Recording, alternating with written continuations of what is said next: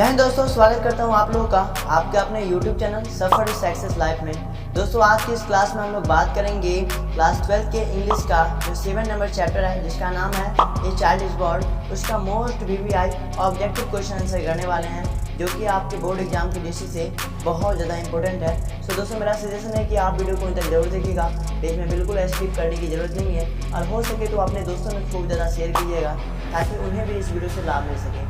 ठीक है मेरे दोस्तों, चलिए आज के इस क्लास को हम लोग स्टार्ट करते हैं। यहाँ पर देखिए पहला क्वेश्चन कहता है कि a child is born is written by, मतलब ए चाइल्ड इज बॉर्न किसके द्वारा रिटन किया गया है, मतलब ए चाइल्ड इज बॉर्न को किसने लिखा है, ये क्वेश्चन पूछ रहा है। इसमें देखिए पहला ऑप्शन है जर्मन ग्रीन, दूसरा ऑप्शन है पर्लसबर्ग, तीसरा ऑप्शन है सीगानोया एंड चौथा ऑप्शन है कमला दास। तो इसका जो करेक्ट आंसर हो जाएगा वो हो जाएगा आपका ऑप्शन नंबर ए अर्थात German green. Option number A क्या हो जाएगा आपका करेक्ट आंसर हो जाएगा। ठीक है मेरे दोस्तों, चलिए नेक्स्ट क्वेश्चन की ओर हम लोग बढ़ते हैं। नेक्स्ट क्वेश्चन नंबर 2 कहता है कि जर्मन ग्रीन बिलोंग्स टू, मतलब जर्मन ग्रीन कहाँ से बिलोंग्स करते हैं, उनका घर कहाँ पर है ना। इसमें देखिए पहला ऑप्शन दे रखा है इंग्लैंड, दूसरा ऑप्शन है पाकिस्तान, तीसरा ऑप्शन है जापान एंड चौथा ऑस्ट्रिया। तो आपको पता होना चाहिए कि जर्मन ग्रीन जो है वह बिलोंग्स करते हैं कहाँ से, तो ऑस्ट्रिया से।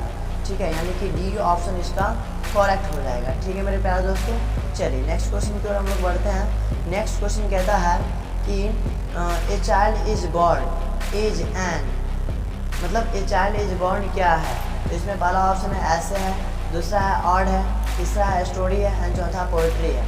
तो सर आपको पता होना चाहिए कि ए चाइल्ड इज बॉर्न क्या है, आपका एक ऐसे है, मतलब निबंध है। ठीक है, इतना तक कंप्लीट है। ए चाइल्ड इज बॉर्न क्या है, आपका एक ऐसे है।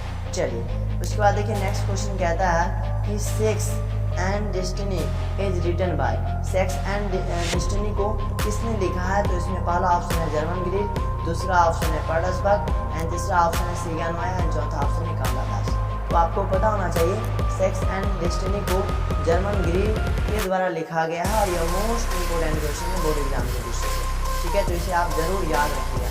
ठीक है मेरे प्यारे दोस्तों, चलिए उसके बाद देखिए नेक्स्ट क्वेश्चन कहता है कि an Indian women visits her mother's house during, मतलब इंडियन महिलाएं जो होती है, भारतीय महिलाएं जो होती है वह कब किन परिस्थिति में अपने मदर्स यानी कि अपने मायके जाती है, मतलब अपने मदर्स के यहाँ विजिट करती है, मतलब जाती है किन परिस्थिति में। तो इसमें देखिए पहला ऑप्शन है प्रेगनेंसी, दूसरा ऑप्शन है न्यू ईयर, तीसरा ऑप्शन है हॉलीडेज एंड चौथा ऑप्शन दिवाली।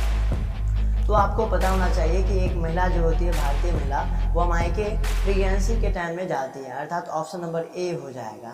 अर्थात जब कोई महिला गर्भवती होती है तो उस कंडीशन में वो अपने मायके के यहाँ जाती है। ठीक है, प्रेगनेंसी के कंडीशन में। इतना बात क्लियर है। चलिए उसके बाद देखिए नेक्स्ट क्वेश्चन कहता है कि according to a child is born, मतलब अकॉर्डिंग चाइल्ड इज बॉर्न के अकॉर्डिंग रुकथोक्का इज ए, रुकथोक्का क्या है यहाँ ना। चाइल्ड इज बॉर्न जो आपका एक ऐसे है, तो उस ऐसे के अकॉर्डिंग रुकथोक्का किसको कहा गया है, ये आपसे क्वेश्चन पूछ रहा है। इसमें देखिए पहला ऑप्शन है कि फेयर टॉल्स, दूसरा ऑप्शन है सेलिब्रेशन, तीसरा ऑप्शन है घोस्ट टॉल्स एंड चौथा ऑप्शन है ए लीडर।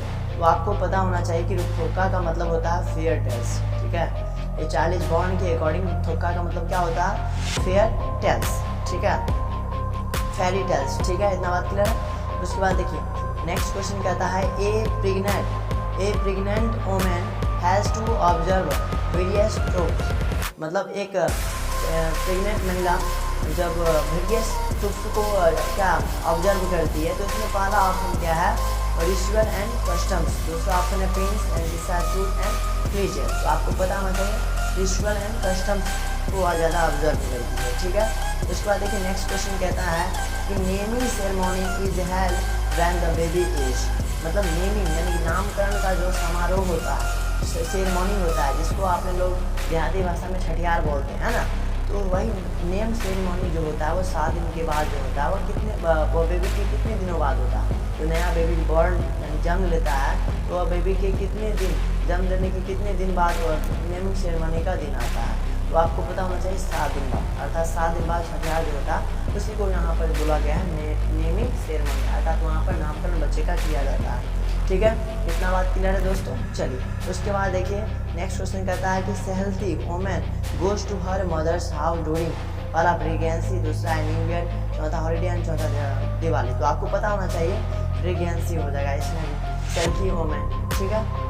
उसके बाद देखिए नेक्स्ट क्वेश्चन कहता है अपना, क्या कहता है उसको जरा समझिए। नेक्स्ट क्वेश्चन कहता है कि a women don't be member of their family until they have born. इसका मतलब क्या हुआ, इसको जरा समझिए। इसमें पहला ऑप्शन दे रखा है ए चाइल्ड, दूसरा ऑप्शन है गर्ल, तीसरा ऑप्शन है सन एंड चौथा ऑप्शन है बॉय। तो आपको पता होना चाहिए इसका करेक्ट आंसर हो जाएगा ऑप्शन नंबर ए, अर्थात ए चाइल्ड, ठीक है। इतना बात क्लियर है। उसके बाद देखिए नेक्स्ट क्वेश्चन कहता है कि the whole matter of pregnancy is a dash dash. तो पहला इसमें सेलिब्रेशन है, दूसरा ट्रूथ है, चौथा हॉलीडे है एंड तीसरा हॉलीडे एंड चौथा नॉन ऑफ दीज है। तो आपको पता होना चाहिए कि the whole matter of pregnancy जो होता है वो क्या है, सेलिब्रेशन है, महत्व है, महत्व क्या बोलते हैं इसको, पर्व है ना। सेलिब्रेशन का मतलब क्या होता है, पर्व त्यौहार के रूप में वो प्रेगनेंसी को देखते हैं, ठीक है।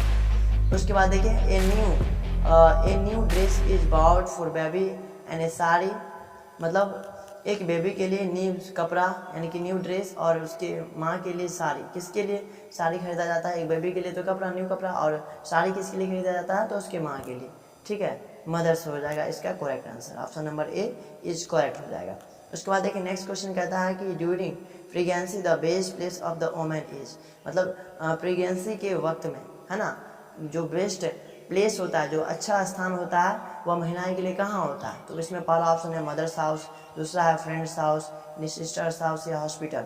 मतलब प्रेगनेंसी के टाइम में कहाँ जाना बेहतर होता है, दोस्तों के घर या फिर बहन के घर या फिर हॉस्पिटल में या फिर मदर्स के हाउस, मदर्स के घर। तो आपको पता होना चाहिए कि मायके में वह बहुत कंफर्टेबल जगह होता है प्रेगनेंसी औरत के लिए, ठीक है।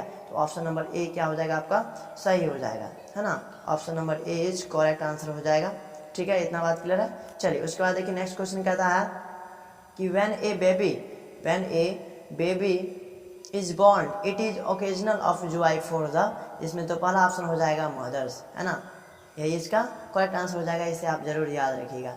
उसके बाद नेक्स्ट क्वेश्चन कहता है कि the hospital was very uncooperating about, पहला ऑप्शन दे रखा है यहाँ पर ब्रेस्ट फीडिंग, दूसरा है प्लेइंग, तीसरा है कुकिंग फूड एंड चौथा रन। तो उसमें हो जाएगा आपका ब्रेस्ट फीडिंग, ठीक है।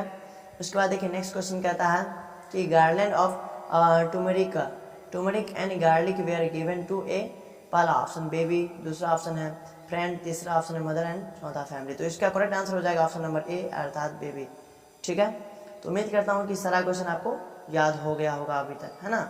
चलिए उसके बाद नेक्स्ट क्वेश्चन देख लेते हैं हम लोग।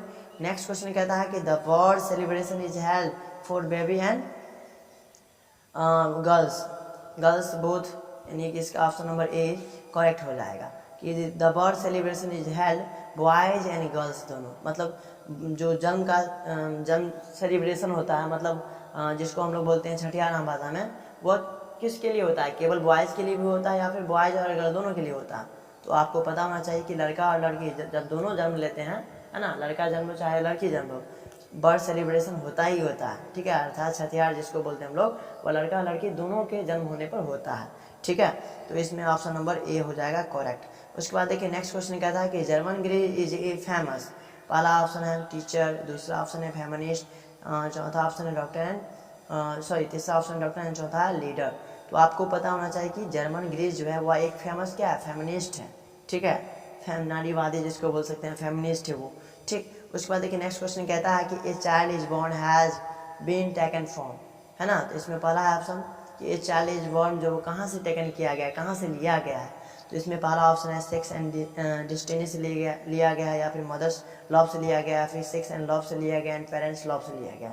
तो आपको पता होना चाहिए कि ए चाइल्ड इज बॉर्न जो है वह सेक्स एंड डेस्टिनी से लिया गया है, ठीक है। उसके बाद नेक्स्ट क्वेश्चन कहता है कि इन्फेंट का मतलब क्या होता है, शिशु, and mother's mortality rate in a greater in. तो इसमें पहला ऑप्शन हो जाएगा ट्रेडिशनल बर्थ, है ना, ट्रेडिशनल बर्थ इसका करेक्ट आंसर हो जाएगा। तो उम्मीद करता हूँ कि दोस्तों ये सारा क्वेश्चन आपको समझ में आ गया होगा, है ना। यदि आपको सच में क्लास अच्छा लगा हो तो क्लास को लाइक जरूर कीजिएगा, वीडियो को लाइक कीजिएगा, चैनल पर नए हैं तो चैनल को भी सब्सक्राइब कीजिएगा और अपने दोस्तों में खूब ज़्यादा शेयर कीजिएगा ताकि उन्हें भी इस वीडियो से लाभ मिल सके। ओके, तो मिलता हूँ एक नई वीडियो के साथ, तब तक के लिए जय हिंद, वंदे।